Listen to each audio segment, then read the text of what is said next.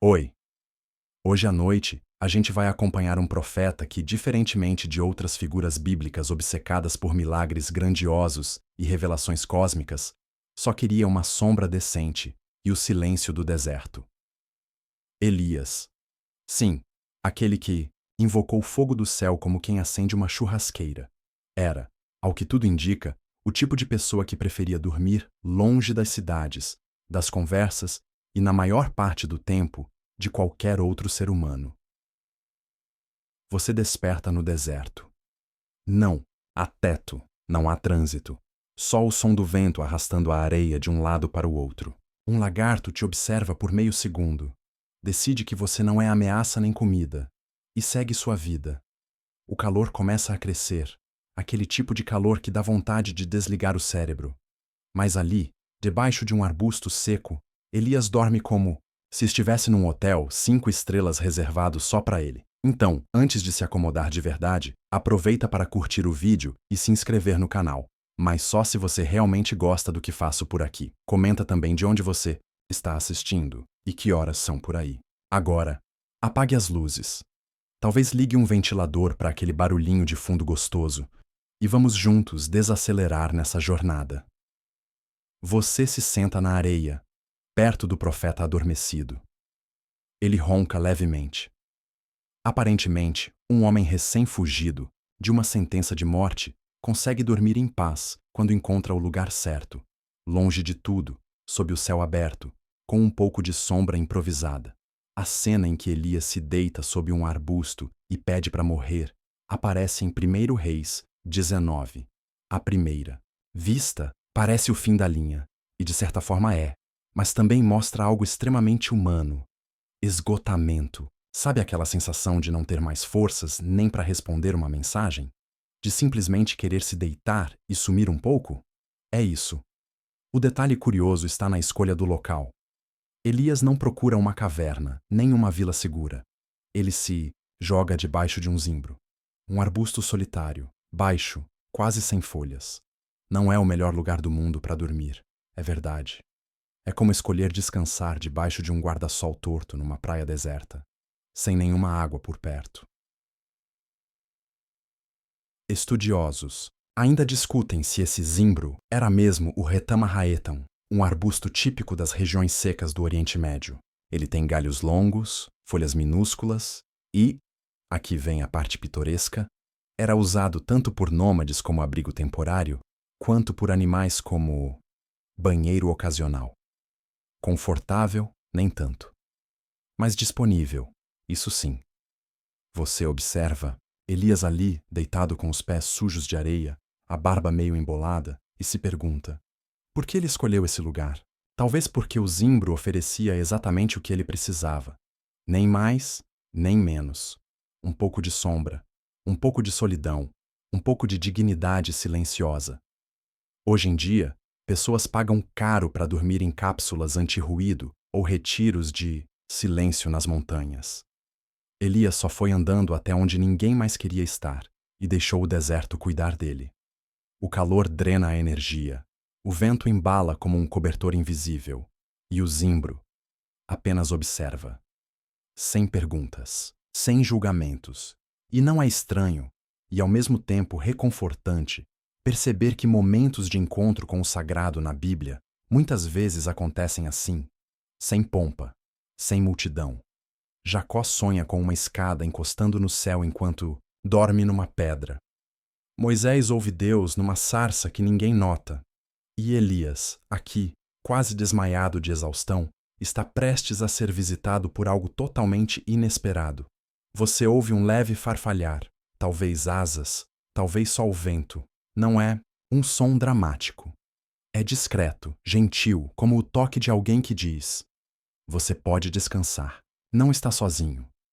Elias, o profeta que falava com autoridade, agora está calado. Está dormindo. E, surpreendentemente, isso é parte do plano. Porque, às vezes, a única coisa espiritual que resta é uma boa soneca no meio do nada. O céu começa a escurecer. As primeiras estrelas piscam como se acenassem de longe. O zimbro balança devagar, como se embalasse o profeta num berço rústico, e você também sente os olhos começando a pesar. Ali, sob aquele arbusto meio feio, meio bonito, Elias escolheu parar. Só isso. Parar. Dormir. Esperar. E talvez sonhar com corvos entregando lanches prontos direto na cama. Você acorda com o cheiro de pão assando. Não faz sentido, claro. Você está no meio do nada, debaixo de um arbusto. Mas lá está. Aquele aroma quente, reconfortante, com um leve toque de cinzas e algo que lembra pão sírio bem feito. Elias também acorda, e na frente dele tem um pão assando sobre brasas, junto de uma botija de água. Não um banquete, não uma visão de anjos tocando harpa, mas um pão. Fresquinho. Aparece então um anjo, sem trombetas, sem asas brilhantes. Só alguém dizendo, com a mesma calma de quem te acorda de uma soneca no sofá, levanta e come. Você repara que esse anjo não começa com glória a Deus nas alturas, nem não temas. Ele começa com coma, o que é, honestamente, um excelente conselho para quem está exausto, deprimido e dramaticamente deitado no deserto. Às vezes, antes de qualquer reflexão profunda, você só precisa de um pão quentinho. Historicamente, essa é uma das poucas passagens em que uma entidade celestial atua como entregador de comida. Não traz profecias, não anuncia destruição iminente, só café da manhã. E convenhamos, se você está deprimido o bastante para pedir para morrer, um pão recém-saído do forno pode ser mais eficaz do que 5 sermões. Elias come, bebe e volta a dormir. Sim, depois de uma visita angelical, porque comer ajuda, mas não resolve tudo de uma vez. O corpo precisa de tempo, e talvez de mais uma soneca. Você observa e pensa, isso deveria estar em mais retiros espirituais. Módulo inteiro chamado Episódio do Zimbro. Como dormir, comer e repetir até Deus falar com você. Enquanto o profeta cochila novamente, você olha ao redor e percebe que o cenário não mudou. Ainda é o mesmo deserto seco, o mesmo silêncio grande demais. Só que agora há calor humano, ou pelo menos celestial, ali perto. Um anjo que não tem pressa, que volta quando Elias acorda de novo e repete: come, porque a jornada será longa. Historiadores ainda discutem se esse trecho é literal ou simbólico. Alguns acham que o anjo era uma visão interna, um colapso místico, motivado pela exaustão. Outros defendem que o pão sobre as brasas aponta para práticas nômades reais. Fazer pão sobre pedras quentes cobertas de cinzas era um hábito comum no deserto, quase um ritual cotidiano.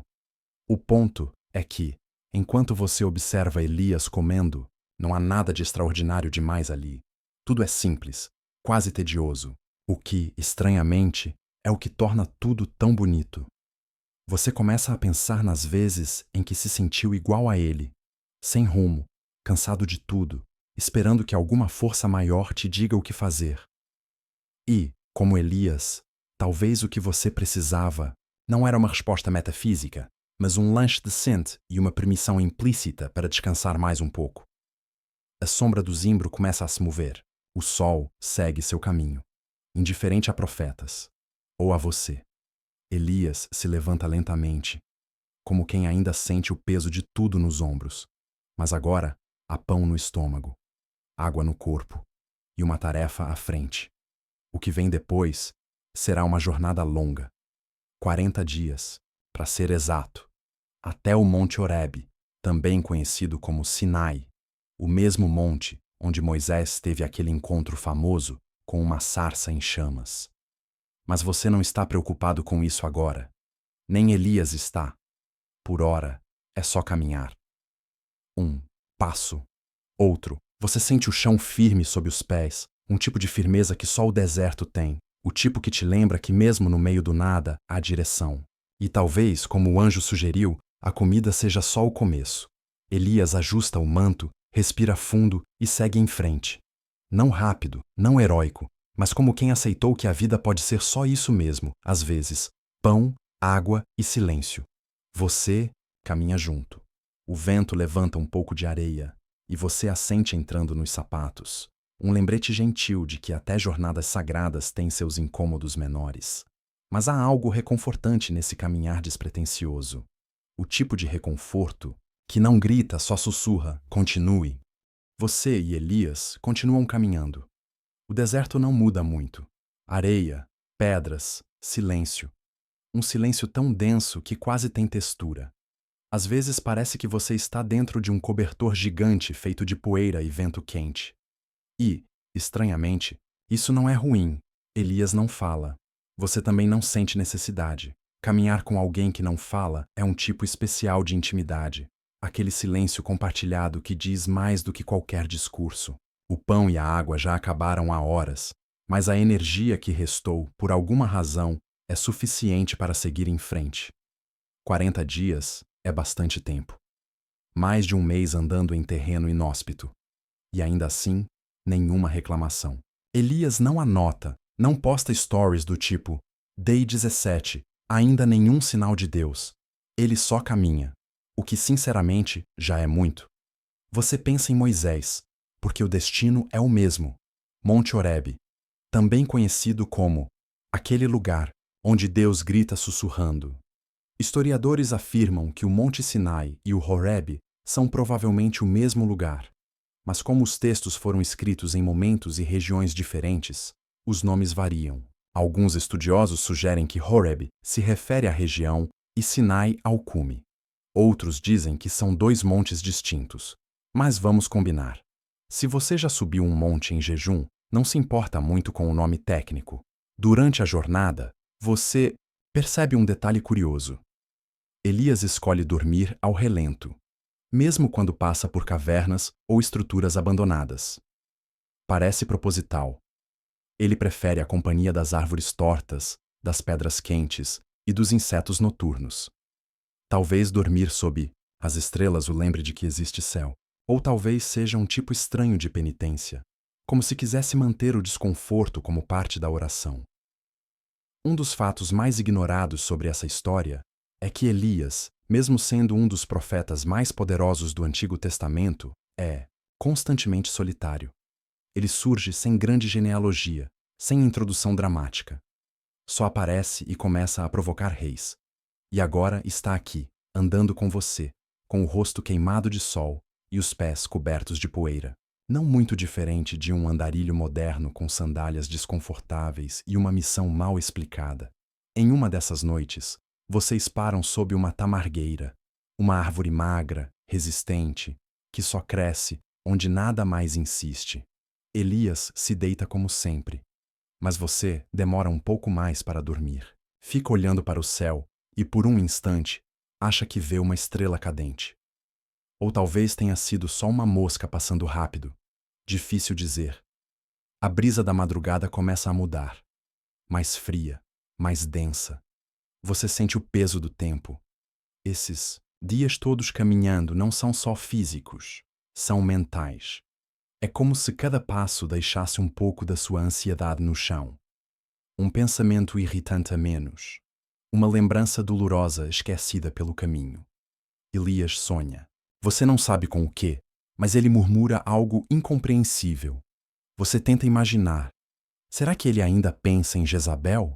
No povo? Na missão inacabada? Ou será que ele só está sonhando com aquele pão assado debaixo do zimbro? Você também sonha, finalmente. Mas o seu sonho é banal. Um lugar com sombra, água fresca e uma rede balançando lentamente. Um oásis de tranquilidade. Sem profecias, sem reis furiosos. Só o som do vento batendo em folhas que não precisam provar nada a ninguém. No dia seguinte, vocês acordam e seguem viagem. Sem conversa, sem dramaticidade. A areia se acumula, em suas sandálias, como sempre. A paisagem muda imperceptivelmente, mas muda. Alguns cactos aqui, um arbusto teimoso ali. Você começa a perceber que essa jornada não tem marcos grandiosos, não há colunas de fogo, não há maná caindo do céu. Só o silêncio e o esforço constante de colocar um pé na frente do outro. E é aí que você entende por que Elias talvez prefira dormir debaixo de árvores solitárias. Elas não oferecem conforto total, Não bloqueiam a luz, nem protegem do frio, mas estão ali, firmes, com raízes profundas mesmo em solo seco. Como se dissessem: sim, eu sei, não é fácil, mas estou aqui. Elias para em um ponto alto. Lá do topo de uma duna de pedra, ele olha o horizonte. Você também olha. E a única coisa visível é mais deserto. Mas a luz está diferente, menos agressiva. Um dourado quase acolhedor. Como se o céu tivesse decidido ficar mais gentil por uns minutos. Você pensa em quantas vezes, na vida real, a resposta não vem depois de um clamor, mas depois de uma longa caminhada silenciosa. E que, às vezes, a resposta é o próprio caminhar. Elias não diz nada. Mas pela primeira vez, você acha que ele está sorrindo. Ou talvez só com menos peso nos ombros, você nem percebe quando começa a subida. O caminho muda sutilmente. Menos areia solta, mais rocha firme. O tipo de pedra que parece quente até à noite. Elias não fala como sempre, mas o jeito como ele move os pés, mais cuidadoso, mais lento, denuncia: vocês estão chegando perto. O Monte Horebe não é particularmente bonito. Pelo menos, não no sentido clássico. Não tem picos nevados, nem cascatas cintilantes. É mais como uma cicatriz geológica. Seca, áspera, quase hostil. Mas tem algo nele. Uma sensação de que o ar aqui carrega histórias antigas, como se cada pedra tivesse assistido a uma conversa com o divino e decidido não contar a ninguém. Você já ouviu falar de Moisés, claro. Subiu esse mesmo monte. Ficou 40 dias lá em cima. Quando desceu, o rosto brilhava tanto que o povo pediu que ele usasse um véu. Não por reverência, por medo mesmo. Imagina só. Você vai buscar instruções e volta parecendo uma lanterna celestial. Dá para entender a aflição do pessoal. Curiosamente, historiadores divergem se o brilho era literal ou simbólico. Alguns sugerem que o texto hebraico original usa uma palavra ambígua, que tanto pode significar raios quanto chifres. Sim, há pinturas medievais de Moisés com 2 chifres na cabeça. O que, convenhamos, tornaria a cena muito mais intrigante, se fosse o caso. Mas Elias, diferente de Moisés, não sobe para trazer lei. Ele sobe para buscar silêncio. E talvez essa seja a diferença mais importante. Você vai entendendo isso aos poucos, que nem todo mundo sobe montes esperando receber tábuas. Alguns só querem um lugar onde o som do mundo não alcance. O vento aumenta. Você se encolhe. A temperatura aqui em cima varia como humor adolescente. Um segundo está ameno. No outro parece querer arrancar sua pele com sopros gelados. Elias não parece se importar. Ele encontra uma cavidade na rocha. Uma fenda, uma espécie de buraco profundo. E sem cerimônia, entra. Você hesita. A escuridão lá dentro não é convidativa, mas também não é ameaçadora. É só densa, como uma cortina de veludo mal passado. Você entra. A caverna é maior por dentro do que parece de fora. Não é nada confortável. Não tem almofadas, nem velas aromáticas. Tem cheiro de pedra antiga e umidade. Mas tem algo acolhedor. Um lugar onde você pode existir sem explicar nada. Elias senta. Cruza as pernas. Fecha os olhos. Você faz o mesmo. Ou tenta. Ficar quieto parece fácil até você tentar. Sua mente começa a correr, claro. Lista de coisas pendentes, lembranças aleatórias, aquele diálogo constrangedor de 5 anos atrás que insiste em reaparecer. Tudo vem à tona. Aos poucos, a caverna impõe o ritmo. O silêncio aqui não é vazio. É preenchido. Uma espécie de presença que não exige nada. Não manda, não cobra. Só existe. Você começa a escutar sons que não percebia. O bater suave do vento lá fora. O eco dos seus próprios suspiros. Até o ruído do sangue correndo nos ouvidos. Um som abafado e constante. O som de estar vivo.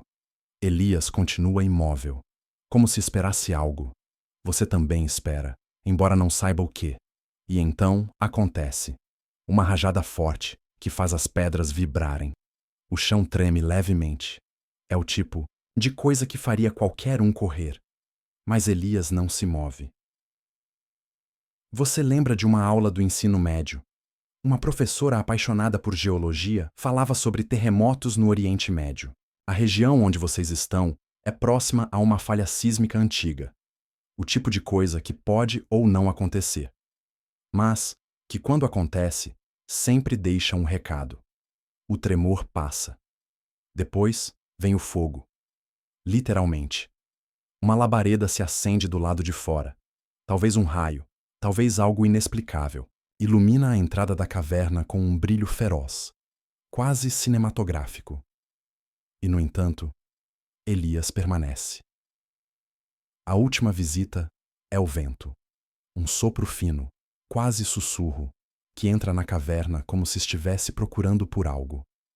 Toca sua pele, mexe. Nos fios do seu cabelo parece querer te perguntar algo, mas não em palavras, em presença, e aí você percebe. É aqui, não no terremoto, não no fogo, não na ventania, mas nesse instante calmo, quase insignificante, que o silêncio se torna a resposta. Há uma teoria entre teólogos, talvez não muito popular, mas ainda assim persistente, de que o sussurro suave que Elias ouviu no Horebe foi, na verdade, a sua própria consciência alinhada ao divino. Que a voz de Deus não veio de fora, mas de dentro. Uma ressonância perfeita entre o humano e o eterno. Elias abre os olhos, não diz nada, mas levanta com um novo tipo de firmeza. Como quem não recebeu uma instrução, mas uma confirmação. Você também se levanta, não porque sabe o que fazer, mas porque entende que ficar ali parado já não é mais o ponto. Vocês saem da caverna. A luz lá fora é a mesma, mas parece diferente. Como se o mundo tivesse mudado de cor enquanto vocês estavam ausentes. Lá embaixo, o deserto espera, mas agora ele parece menos vazio, mais como uma estrada. E você começa a entender, com mais clareza. Elias prefere dormir debaixo de árvores solitárias porque é ali que o barulho do mundo cessa. É ali que ele ouve o que mais importa. Talvez, só talvez, você também esteja começando a preferir esse tipo de silêncio.